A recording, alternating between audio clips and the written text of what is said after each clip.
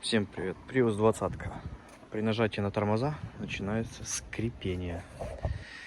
И также ходом, когда идешь, нажимаешь на тормоз, скрипит.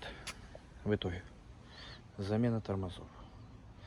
Чтобы сэкономить, достаточно посмазывать вот эти направляшки и направляшки вот эти.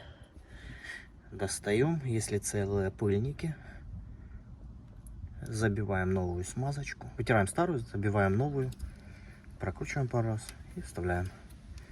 Если оно герметично, то оно такой вакуум создает. Все, меняем, смазываем. Можно подкинуть колодки по пути.